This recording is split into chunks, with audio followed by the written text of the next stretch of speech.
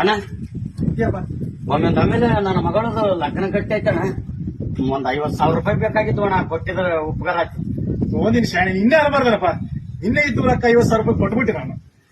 ಈಗ ಒಂದ್ ಕೆಲಸ ಮಾಡಿ, ಆ ರಾಮಣ್ಣಲ್ಲಿ ಸಿಗ್ಬೋದು, ಹೋಗಿ ಕೇಳೋಣ ಒಂದ್ಸಲ. ಸರಿ ಹ?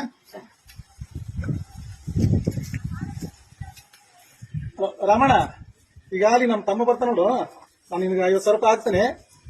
50,000 ರೂಪಾಯಿ ಕೊಟ್ಟು 3 ಬಡ್ಡಿ ಹಚ್ಚು. ಮತ್ತೆ ನನ್ನ ಹೆಸರು ಹೇಳ್ಬೇಡಬೋ. ಸರಿ ಅಣ್ಣ, ನಿನ್ನ ಸ್ವಂತ ತಮ್ಮನಲ್ಲ ನೀನ್ ಹಂಗೆ ಯಾಕೆ ಮಾಡಿದಣ್ಣ? ನೋಡಪ್ಪ, ಸಂಬಂಧಿಕರಾಗ ಸಾಲ ಕೊಟ್ರೆ ಒಳ್ಳೆ ಬರಂಗಿಲ್ಲ. ಈಗ ಹೆಂಗದಂತಂದ್ರೆ ಅವ್ರ ಹೆಸರು ಹಚ್ಚಿದ್ರೆ ರೊಕ್ಕ ಬರ್ತದ, ಮತ್ತೆ 3 ಬಡ್ಡಿನೂ ಬರ್ತದ. ರೊಕ್ಕದ ಮುಂದ ಯಾವ ಸಂಬಂಧಪ್ಪ? ಯಾರಿಗೆ ಯಾರು ಇಲ್ರಿ, ಬಂಧುಗಳೆಲ್ಲ ಸುಳ್ರಿ.